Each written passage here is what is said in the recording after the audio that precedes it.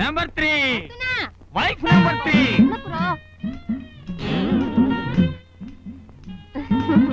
చెంచులక్ష్మి, ఇదేమిటే పొద్దున నేను డ్యూటీకి వెళ్ళినప్పుడు లేని కడుపు ఇప్పుడు ఎలా వచ్చింది? ఎలా వస్తాయేం గాని ఈ కడుపుతో నేను ఎలా ఉన్నానండి? గ్యాస్ కొట్టిన బెలూన్లో ఉన్నావు. ఇంతకీ ఆ కడుపులో ఉన్నది బిడ్డ మట్టి గడ్డ? బిడ్డ కాదు, మట్టి గడ్డ కాదు, పాత టవలు. బుద్ధి గడ్డి తిని మూడో పెళ్లి వాడిని కట్టుకున్నందుకు ఓ బిడ్డ లేదు, పాప లేదు.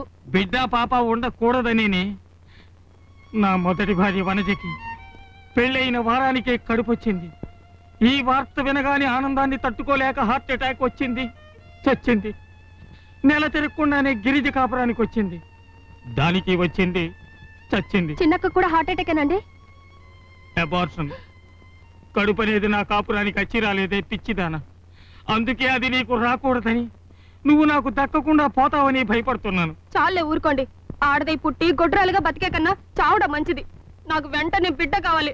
I want a baby. నా నట్టింట్లో మొండి మొలతో జూనియర్ ముసలయ్య తోగాడాలి. అబ్బా తొందరపడికి. నీకంత ముచ్చటగా ముద్దుగా ఉంటే ఎప్పుడో పుట్టబోయే జూనియర్ ముసలయ్యం కర్మ. ఇప్పుడే ఈ సీనియర్ ముసలయ్యే దోగాడతాడు. తలిపేసిరా. సిగ్గు లేకపోతే సరి. అబ్బా కంగారు పడకే. కలిసి వచ్చే కాలం వస్తే నడిచొచ్చే కొడుకు పుడతాడని. నాకు చాలా ఆకలిస్తుంది, అన్నం పెట్టు. కర్మ కర్మ.